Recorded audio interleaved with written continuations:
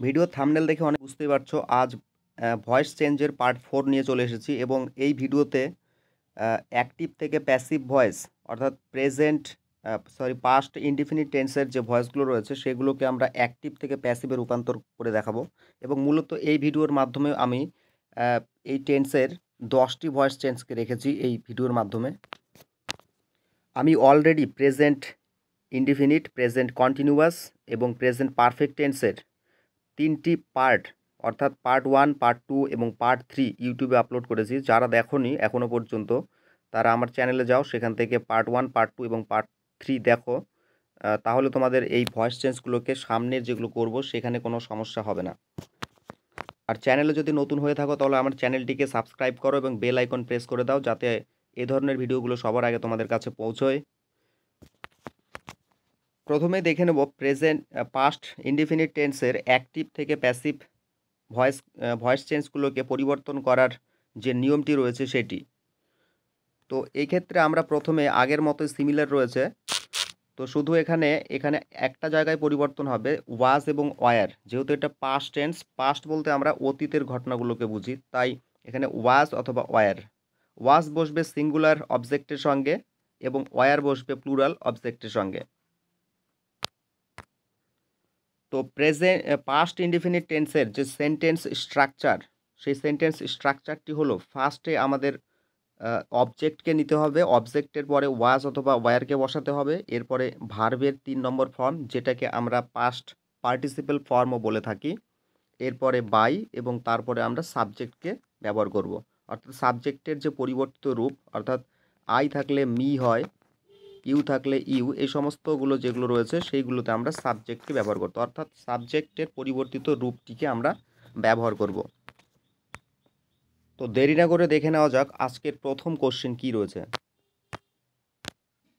তো প্রথম প্রশ্নটি যেটি রয়েছে সেটি, দ্য টিচার প্রেইজড দ্য স্টুডেন্ট, অর্থাৎ শিক্ষকটি ছাত্রটির প্রশংসা করেছিলেন। এখানে দ্য টিচার সাবজেক্টের কাজ করছে, প্রেইজড এটি ভার্বের কাজ করছে এবং দ্য স্টুডেন্ট যেটি সেটি অবজেক্টের কাজ করছে। সুতরাং আমরা নিয়ম হিসেবে সবার প্রথমে অবজেক্টটিকে সাবজেক্ট হিসেবে নেব, এরপরে আমরা ওয়াজ অথবা ওয়ারকে ব্যবহার করব এবং তারপরে আমরা লিখব বাই এবং তারপরে লিখছি অবজেক্টটি। তাহলে দ্য স্টুডেন্ট ছিল এটা অবজেক্ট, এটাকে আমরা সাবজেক্ট হিসেবে প্রথমে নিলাম, এরপরে আমরা ওয়াজকে বসিয়েছি যেহেতু পাস্ট টেন্সের জন্য সেই কারণে, এবং এরপরে প্রেইজড যেটি রয়েছে মূল ভার্ব, এই মূল ভার্বের 3 নম্বর ফর্ম, অর্থাৎ এটি 3 নম্বর ফর্মে রয়েছে, তো এটাকে লিখলাম প্রেইজড, এরপরে লিখলাম বাই, এরপরে সাবজেক্ট দ্য টিচার ছিল তাই দ্য টিচার বসবে। নেমিং ওয়ার্ড বা এই ধরনের যে সাবজেক্টগুলো থাকে এগুলোর কিন্তু পরিবর্তন হয় না, শুধুমাত্র যে প্রোনাউনগুলো রয়েছে সেই প্রোনাউনগুলোরই কিন্তু পরিবর্তন হয়। 2 নম্বরে বলেছে উই প্ল্যান্টেড ট্রিজ, আমরা বৃক্ষগুলি রোপণ করেছিলাম বা আমরা গাছ রোপণ করেছিলাম। তো এখানে ট্রিজ যেটা সেটা অবজেক্ট এবং প্ল্যান্টেড এটা ভার্ব এবং উই আমাদের এটা subject. Trees were planted by us. 3 নম্বরে বলা হয়েছে দে স্টোল দ্য কার, তারা গাড়িটি চুরি করেছিল। এখানে দ্য কার এটি অবজেক্ট, স্টোল এটি ভার্ব এবং দে এটা আমাদের সাবজেক্ট। এখানে দেখো স্টোল যে কথাটি রয়েছে, এই স্টোল কথাটা কিন্তু এটা 3 নম্বর ফর্মে নেই, অর্থাৎ সবগুলো যে 3 নম্বর ফর্মে থাকবে এমন নয়, কিন্তু ম্যাক্সিমামগুলো 3 নম্বর ফর্মেই থাকবে, অর্থাৎ পাস্ট পার্টিসিপেল ফর্মে থাকবে। স্টোলের 3 নম্বর ফর্ম, স্টোলের ফার্স্ট যে ফর্ম সেটি রয়েছে স্টিল, STEAL, স্টিল, এবং সেকেন্ড যেটি রয়েছে সেটি স্টোল, STOLE, এবং থার্ড ফর্ম স্টোলেন। তো এই যে থার্ড 3 নম্বর ফর্মটি রয়েছে এটাকে আমাদের ব্যবহার করতে হবে এখানে। তো আগের মতোই আমরা দা কার অবজেক্টটিকে আমরা প্রথমে সাবজেক্ট নিয়েছি দা কার, এরপরে আমরা ওয়াজ বসিয়েছি, এরপরে স্টোল যেটি রয়েছে 3 নম্বর ফর্ম স্টোলেন, এরপরে বাই এবং তারপরে দে এর পরিবর্তে আমরা দেমকে লিখেছি। 4 নম্বরে দেখা যাক Rahul played the guitar, Rahul গিটারটি বাজিয়েছিল। তো পাস্ট যে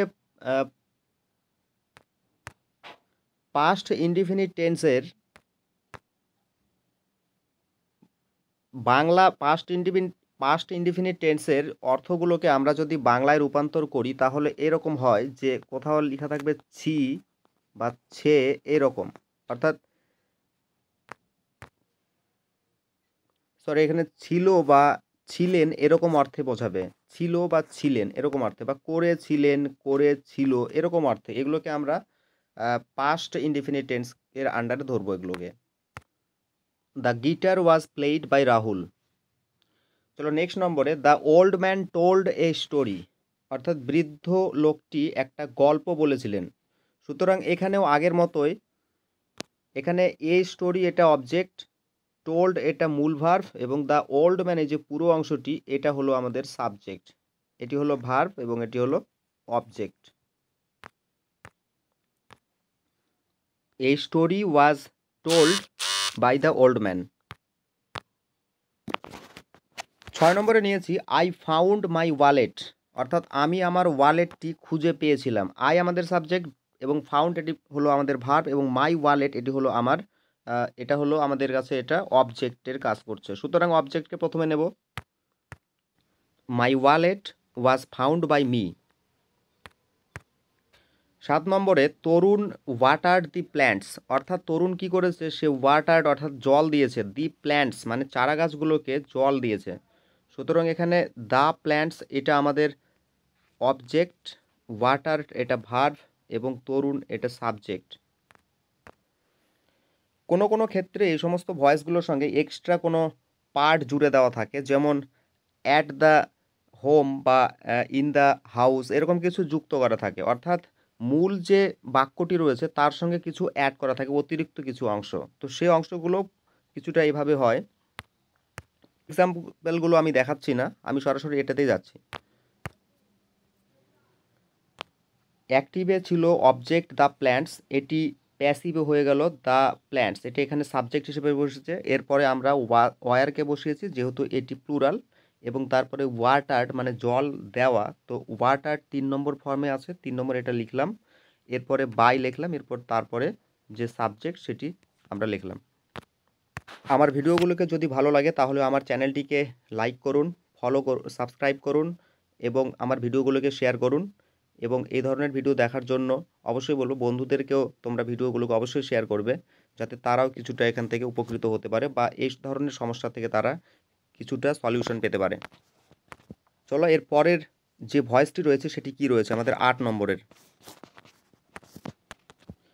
8 নম্বরে রয়েছে নিয়েছি the countryman criticised his action, অর্থাৎ তার কাজকে কান্ট্রিম্যান অর্থাৎ দেশবাসীরা তারা কি করেছে, ক্রিটিসাইজড অর্থাৎ সমালোচনা করেছিল, তার কাজকে সমালোচনা করেছিল। সুতরাং এখানে হিজ অ্যাকশন আগের মতোই আমাদের এটা অবজেক্ট, এবং ক্রিটিসাইজড এটা হয়ে গেল আমাদের ভার্ব, এবং দি কান্ট্রিম্যান এটা আমাদের subject. His action was criticised by the countryman, অর্থাৎ এখানে হিজ অ্যাকশন আমাদের এটা অবজেক্ট ছিল, এখানে হয়ে গেল সাবজেক্ট, এবং এরপরে আমরা ওয়াজকে নিয়েছি, এরপরে ক্রিটিসাইজড এটাই নিয়েছি, এরপরে বাই, এবং তারপরে দ্য কান্ট্রিম্যানকে এখানে নিয়েছি।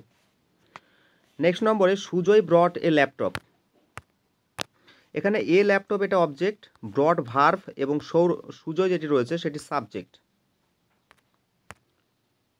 এ ল্যাপটপ ওয়াজ বট, তাহলে এর উত্তর হয়ে গেল a laptop was bought by Sujoy. 10 নম্বরে বলেছে এ সৌরভ মেড এ সেঞ্চুরি, অর্থাৎ সৌরভ একটি সেঞ্চুরি করেছিল। এ সেঞ্চুরি এখানে এটি অবজেক্ট, মেড হলো ভার্ব এবং সৌরভ এটি সাবজেক্ট। অ্যাক্টিভ ভয়েসে ছিল এ সেঞ্চুরি অবজেক্ট, এটি প্যাসিভ ভয়েসে এ সেঞ্চুরি হয়ে গেল সাবজেক্ট, এরপরে ওয়াজ, এরপরে ভার্ব অর্থাৎ ভার্বের 3 নম্বর ফর্ম বা পাস্ট পার্টিসিপেল ফর্ম, এরপরে বাই, এবং তারপরে সাবজেক্ট যেটি রয়েছে সেটি সাবজেক্ট। এই ছিল আজকের ভিডিও। তো অবশ্যই ভিডিওগুলোকে লাইক করবে, শেয়ার করবে এবং বন্ধুদের মাঝখানে শেয়ার করবে যাতে তারাও কিছুটা উপকৃত হতে পারে। Thank you.